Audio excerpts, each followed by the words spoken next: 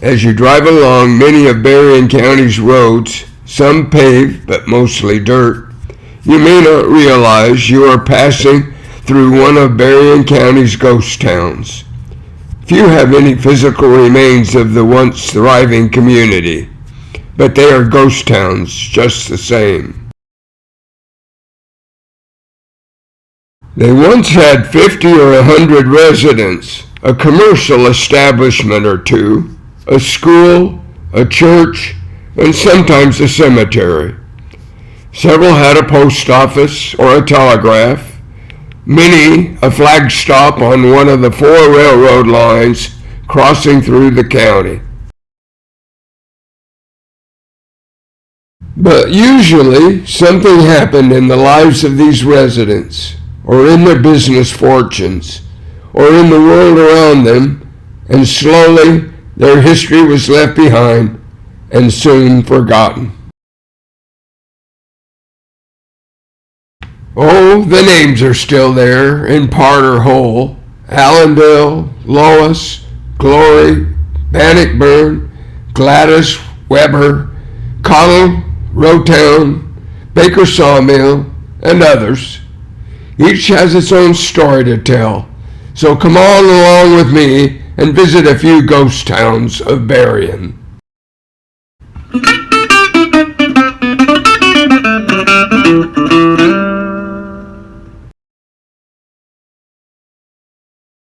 Our next travel in search of another ghost town of Berrien takes us to the community of Massey of Old Berrien. Our route to Massey puts us on the Chaserville Road and crossing the new river at Buckholtz Bridge into Old Berrien. Chaserville almost qualifies as a ghost town, as the store that was once a grocery and short menu cafe is no longer operational, with only an exaggerated claim of Chaserville Mall emblazoned over the front door.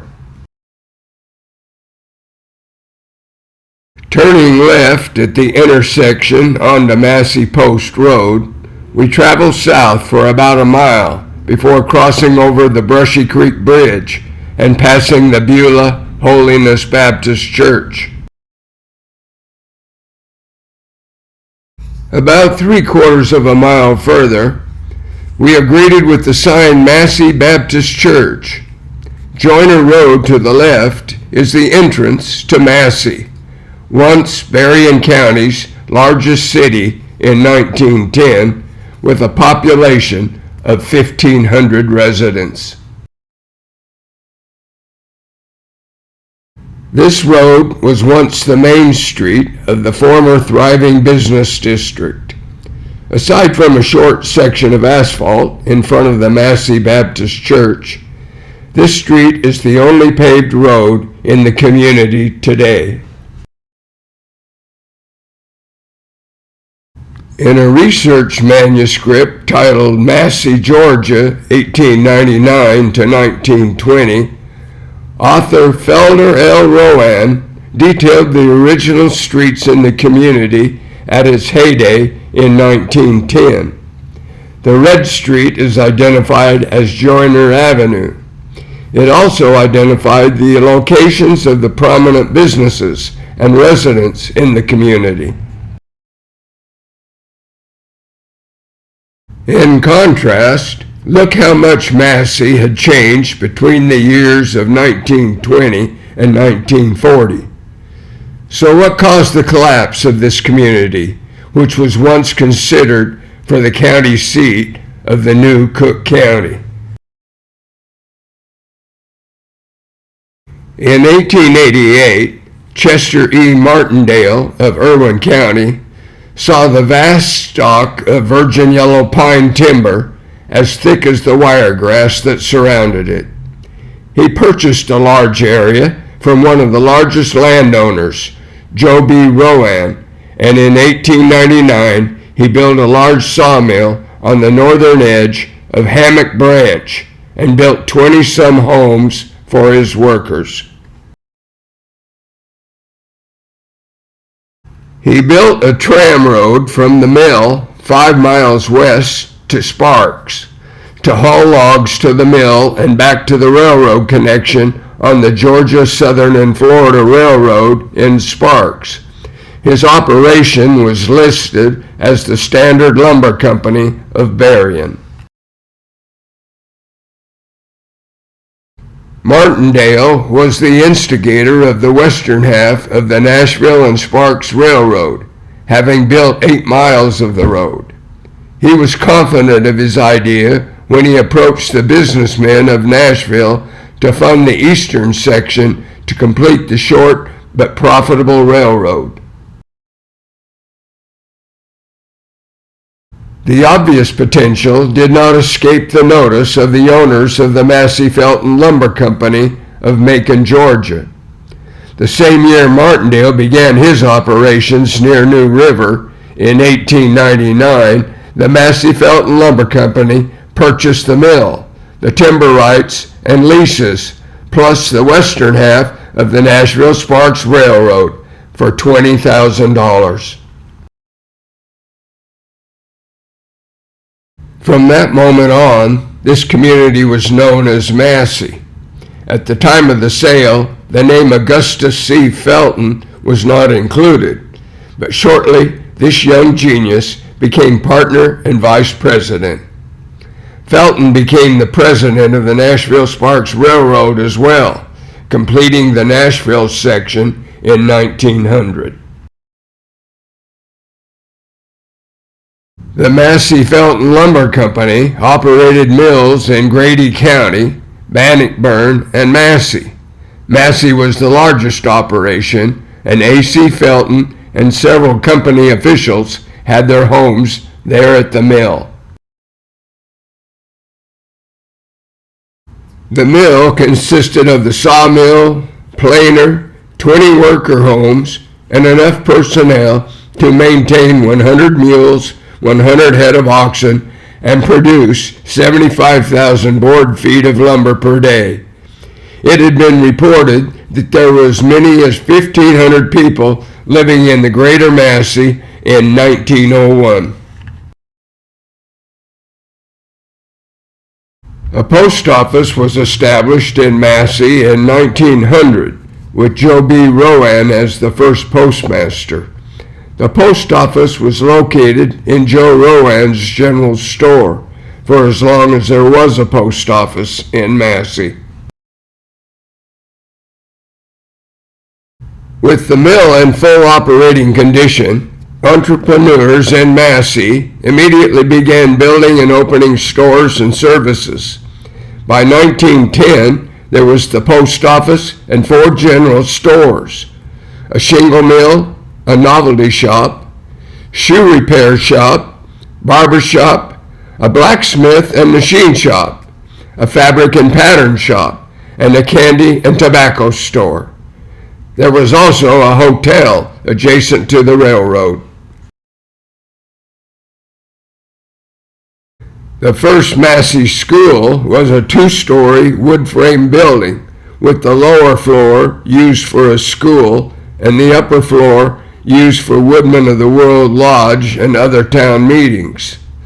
Earlier Massey schooling was held at the Crossroads School in Barnesdale, 2 miles southwest of Massey. But Massey was first and foremost a sawmill town, dependent on the vast quantities of the longleaf yellow pine. But the earlier pioneers, primarily farmers, had already been cutting large tracts of the trees, purely for the clearing of the land for cultivation and producing the long staple cotton as the cash crop. So within a few years, the virgin woods were almost totally gone. Almost as quickly as Massey had grown, The sudden closing of the Massey Felton Lumber Company sawmill in 1910 signaled the end of the boom town. For the next 10 years, Massey was struggling to survive as a township. Though the mill had running water and electricity, the township had neither. Massey was never a chartered and unincorporated town. A shingle mill and another sawmill ventured into the Massey area, but by 1920, most businesses and residents were already leaving the once bustling community. The post office closed in 1915 and moved to Adel. Joe B. Rowan bought the sawmill and mill housing. The nicer homes on the mill site were moved to Nashville. As residents moved away, most of the other houses were moved to another location or torn down. The community laid their hopes on the possibility that the Augusta, Douglas, and Gulf Line Railroad from St. Mary's to Augusta via Nashville and Atlanta would surely pass through Massey, bringing a new sawmill and business. However, this route never materialized. The Georgia-Florida passenger route from Nashville to Moultrie made only F stops or flag stops in Massey until 1949, and finally the tracks were abandoned in 1968.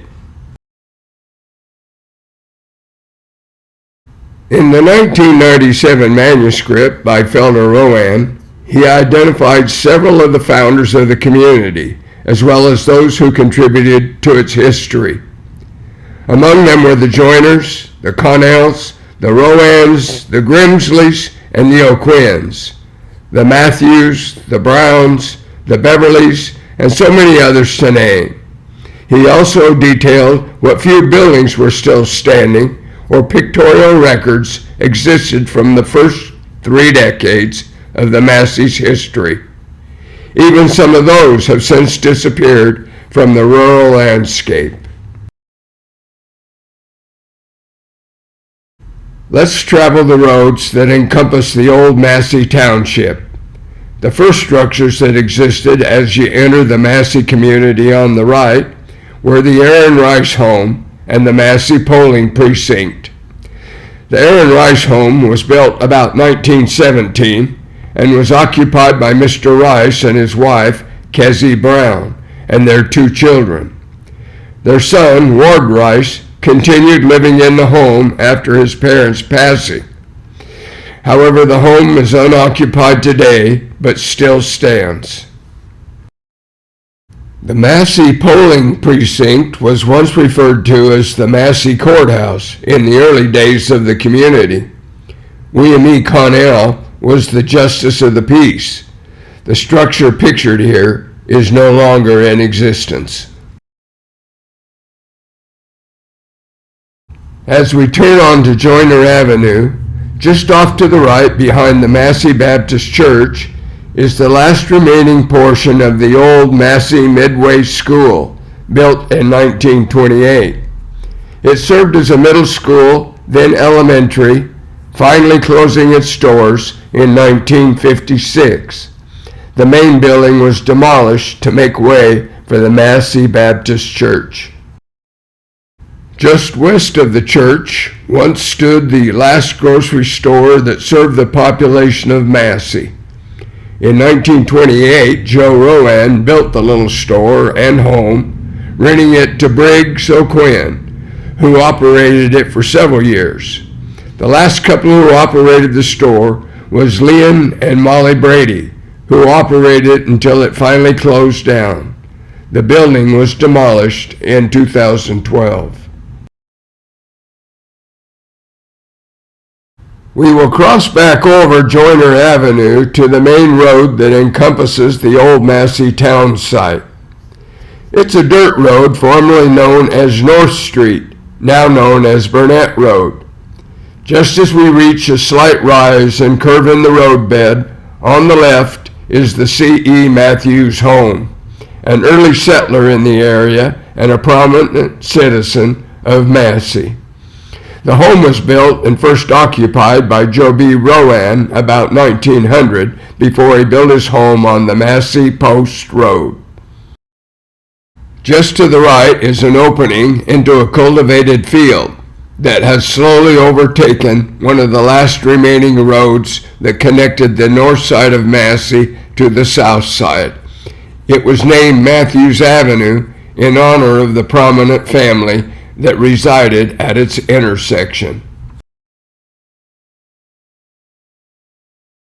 About 100 yards or so further east on Burnett Road, on the left, is one of the oldest homes in Massey. It was first owned by Charles A. Rowan, built sometime between 1888 and 1895. After C.A. Rowan's death in 1896, it was purchased by George O'Quinn in 1910, where he reared most of his family. The home has been updated and is still occupied by the O'Quinn family. As the road turns southward to the easternmost extent of the old Massey town site, on the left-hand side of the road is a power pole right-of-way. This opening is the old railroad bed of the Nashville Sparks Railroad as it passed through the southernmost section of Massey. The railroad was abandoned in 1968, and the tracks and the ties were all removed. Just a few yards further on the loop, a two-track road leads off to the left over a rise into a large cultivated acreage. The road ends abruptly, but it once reached all the way to the New River, where it crossed Connell's Bridge into Cottle. About midway between this point and the New River was the homestead of Jasper D. Connell, one of the major property owners of the greater Massey community. The home has been demolished and the property is now almost entirely under cultivation.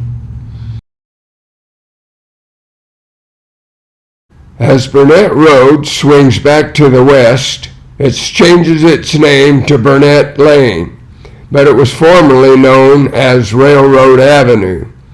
For the first 100 yards or so, the former Nashville Sparks Railroad bed is on the right-hand side of the road. Just as the road curves noticeably to the right, this is the point where the Matthews Avenue joined Railroad Avenue from the north, but it is hidden from view. On the northeastern corner of Railroad Avenue and Matthews Avenue was the home of Dr. C.M. Drew, the Massey Felton Lumber Company doctor. He also serviced the health needs of the Massey population. This home is no longer standing. As we continue westward, the old Railroad Avenue is now on the right-hand side of the railroad bed, all the way to Joyner Avenue once again. Just to the left is the opening of the Nashville Sparks Railroad bed, now under cultivation. As we near the intersection of Joyner Avenue, about 50 yards or so from the stop sign, on the right-hand side of the road was the location of the Massey Hotel. It was operated for a number of years by W. Jasper Rowan, who resided in the hotel as well. The hotel sat on the corner of Mill Street and Railroad Avenue, and Mill Street then continued southward across the railroad tracks into the mill site, now open pasture all the way to the tree-lined hammock in the distance. The mill water tank was placed adjacent to the railroad tracks or a siding nearby. On the occasion of this photograph, a hard freeze caused a rupture of the water tank, creating huge icicles that reached 20 or 30 feet to the ground.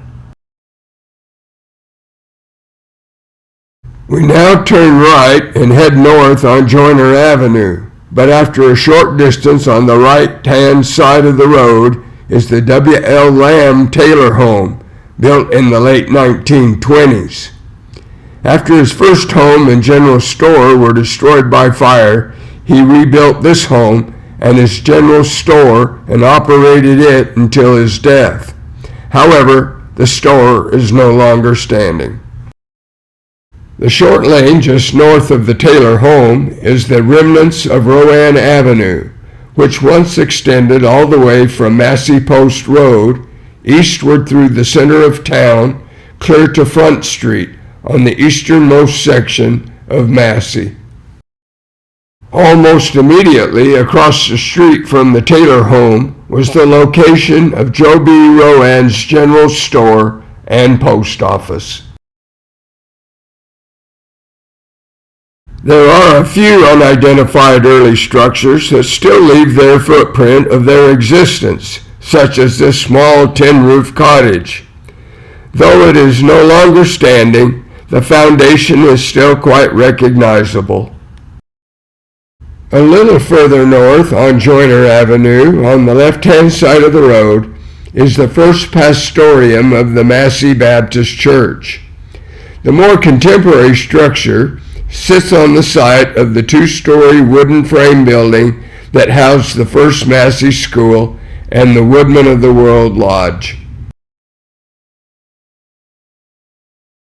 As we approach the intersection of Burnett Road and Joyner Avenue, on the left-hand side was located the D.D. Beverly home. The home was built in 1902 by Mr. Beverly, and he was one of the first residents to purchase property for a business and a home.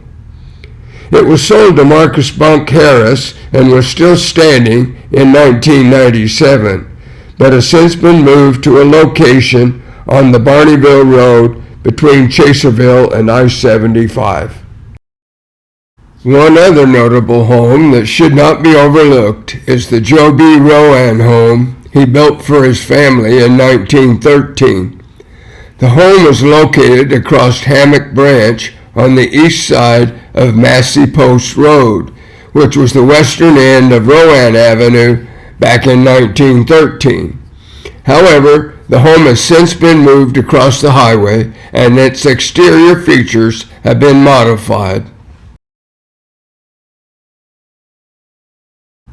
Finally, we have arrived back at the site of Molly's grocery store, beside the Massey Baptist Church.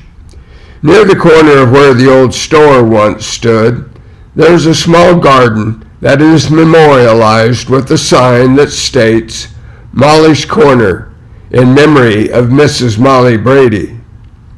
This memorial is much like the history of the town of Massey. It was once a prosperous little place, a part of so many lives, but today it only exists in the memory of the few who knew her. Massey, another ghost town of Georgia.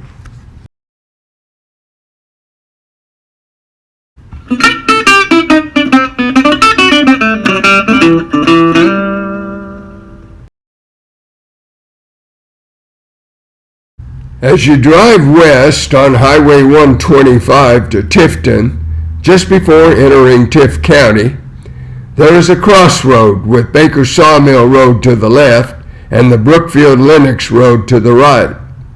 Like the naming of these two roads, though they are one, they are separate.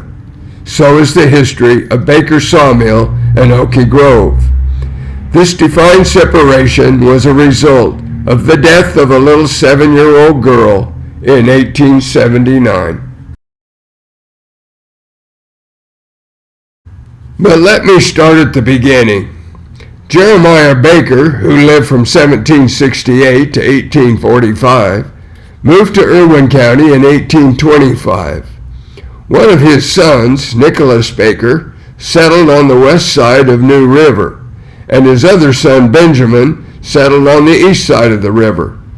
Benjamin was born in 1804 and died in 1878 and was buried in the Baker Cemetery on a little knoll overlooking New River on the south side of Highway 125. Benjamin had two sons, Thomas P. Baker and Harmon Crumbaker. Harmon owned property on the riverside of Lot 468, and Thomas Baker owned the east side of 468.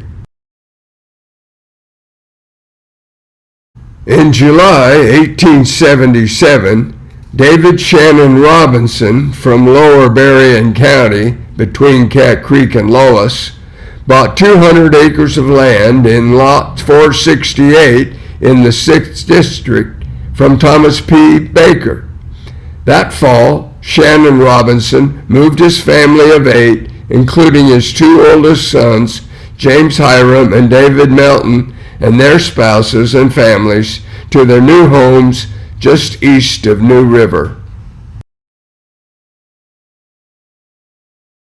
Shannon went about establishing a fine farm, a cotton gin, a general store, a livery stable, and a blacksmith shop at the crossroads.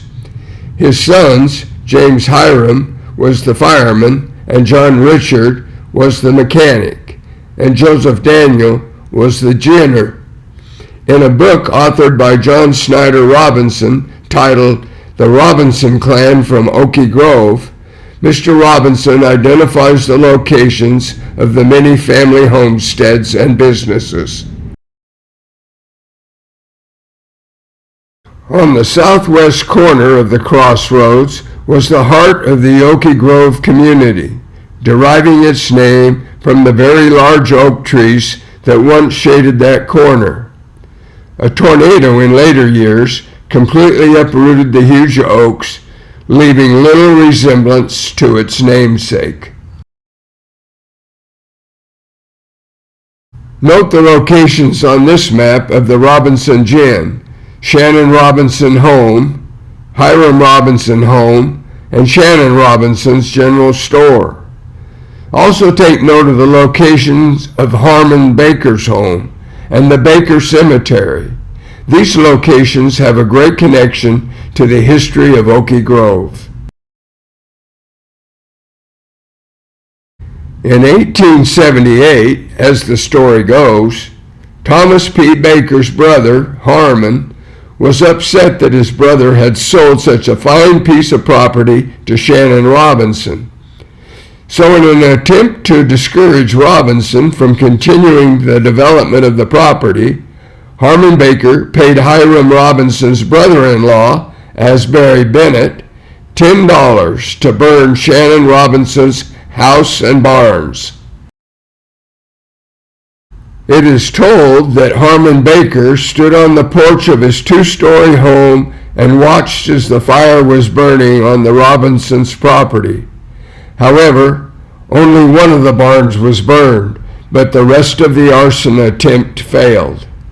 Of course, extremely hard feelings resulted between the Robinsons and the Bakers. A year later, in March of 1879, the feud intensified with the death of Sarah Benefield, the 7-year-old adopted daughter of Hiram Robinson. Little Sarah was working in the fields, helping burn corn stalks. Suddenly, her dress caught fire and she was badly burned. She died the next day from her burns. The Robinsons wished to bury the girl in the well-established Baker Cemetery, but because of the feud between Harmon Baker and Shannon Robinson a year earlier, Harmon refused to let the child be buried in the Baker Cemetery. At this point, Shannon Robinson decided to bury the child on the property of Shannon's son, David Melton Robinson. Little Sarah Benefield's grave was the first one in what became the Robinson Family Cemetery. When the Oaky Grove Church was built in 1916, the cemetery became known as the Oaky Grove Cemetery. In 1895, Shannon Robinson divided up his businesses to 4 of his sons. He gave the cotton gin to John Richard, the general store to his youngest son, Joseph Daniel, and the livery stable and blacksmith shop to James Hiram. Shannon also had a fertilizer business, and several years later he gave that business to David Melton. David Shannon was also a large land investor and saw the advantage of property adjacent to the Georgia Southern and Florida Railroad line in Lenox and purchased 2 blocks of land in the community there. His son, Joseph Daniel, encouraged him to move there.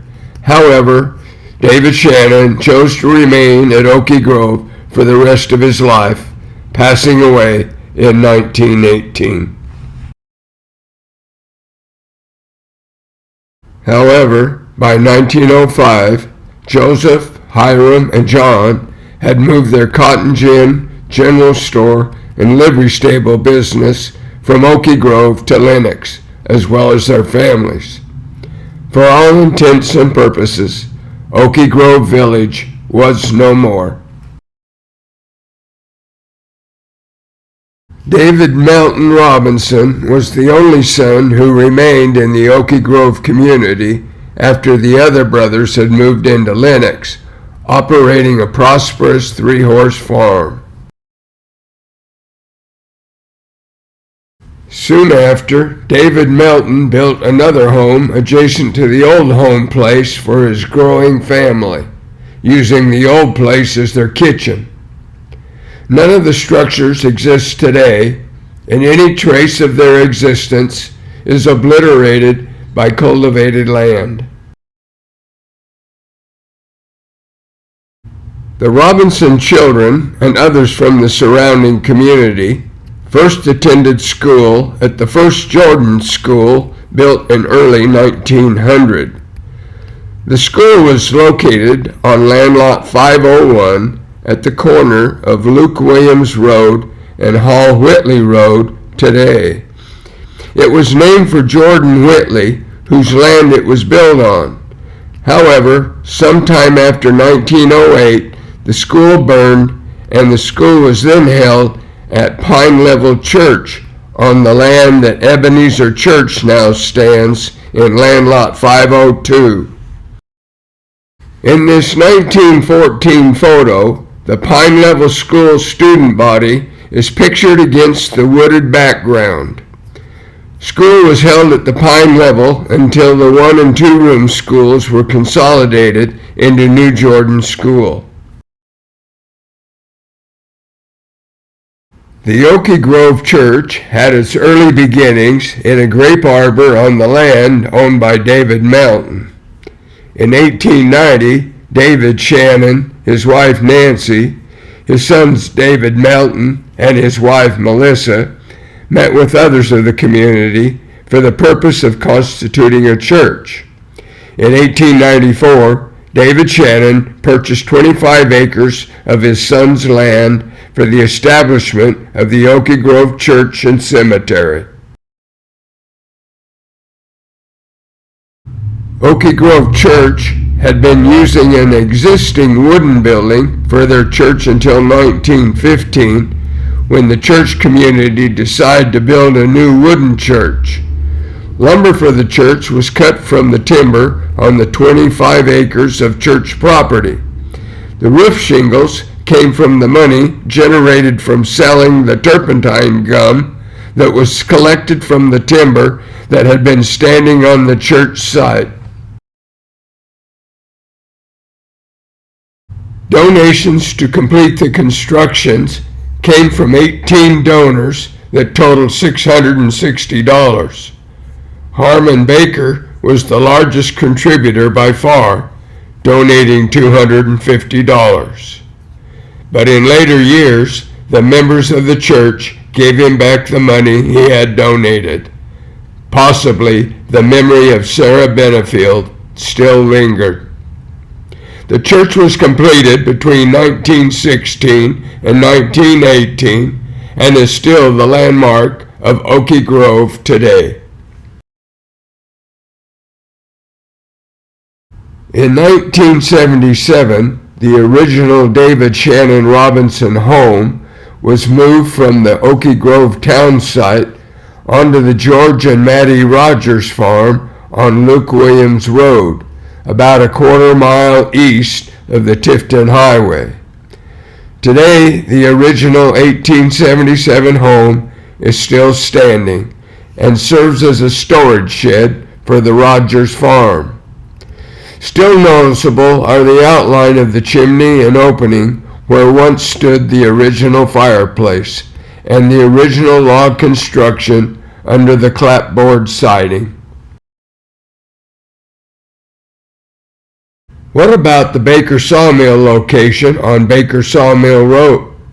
Well, actually, Baker Sawmill was not established until 1957 by Edwin Lonzo Baker and his son Leslie Jean Baker, descendants of Harmon C. Baker.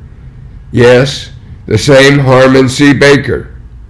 The sawmill was at this location about 2 miles from Oaky Grove and operated there until the mid-1980s. The sawmill was then disassembled and moved across New River into Cook County, where it lies in a machinery graveyard on the property of David Baker, adjacent to the Easter Family Cemetery. And like Oaky Grove, the Baker Sawmill is only the name on a crossroad sign. Today, the Baker Sawmill is gone. The grove of oaks are gone, and the little village of Oaky Grove is gone. All that remains is the dilapidated home of its early founder, the church that he founded, and the lasting memorial to a little 7-year-old girl whose final resting place lies at the crossroad on her way to the next episode of Ghost Towns of Berrien.